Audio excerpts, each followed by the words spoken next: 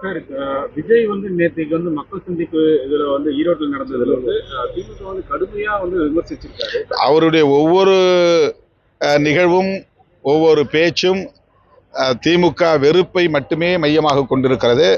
அவருக்கு நாட்டை பற்றியோ மக்களை பற்றியோ மக்கள் நலன்களை பற்றியோ எந்த பார்வையும் இருப்பதாக தெரியவில்லை.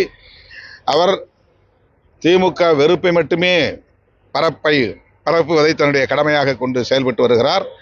மக்கள் இதை கவனித்துக் கொண்டிருக்கிறார்கள். அவருக்கு என்ன விஷன், அவருடைய பார்வை என்ன, அவருடைய திட்டம் என்ன, அவருடைய நோக்கம் என்ன என்பதை மக்கள் பார்த்து கொண்டிருக்கிறார்கள். தேர்தலில் அது வெளிப்படும். திமுகவும் ஃபெவிகாலும் பிரிக்கவே முடியாது, திமுக ஊழலும் ஃபெவிகால் போல ஒட்டிகிட்டே தான் இருக்கும், பிரிக்க முடியாது அப்படின்ற மாதிரி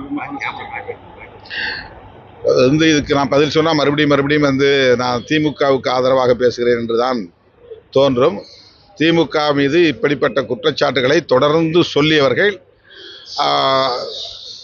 மக்களால் புறக்கணிக்கப்பட்டிருக்கிறார்கள் என்பதுதான் வரலாறாக இருக்கிறது. இன்றைக்கு அதையே அவர் ஜெயலலிதா அம்மையார் சொன்னதையே, ஹெச் ராஜா சொன்னதையே விஜயும் சொல்லுகிறார். இப்போ ஹெச் ராஜாவின் இன்னொரு மவுத் பீஸாகத்தான் விஜய் அவர்களின் பேச்சு வெளிப்படுகிறது. ஹெச் ராஜாவின் இன்னொரு குரலாகத்தான் சீமானின் பேச்சும் வெளிப்படுகிறது. இவர்கள் எல்லாம் யார் என்பது இப்போது மக்களுக்கு வெளிப்படையாக தெரிய வருகிறது. தேர்தல் நேரத்தில் தமிழ்நாட்டு மக்கள் இவர்களுக்குரிய பாடத்தை புகட்டுவார்கள்.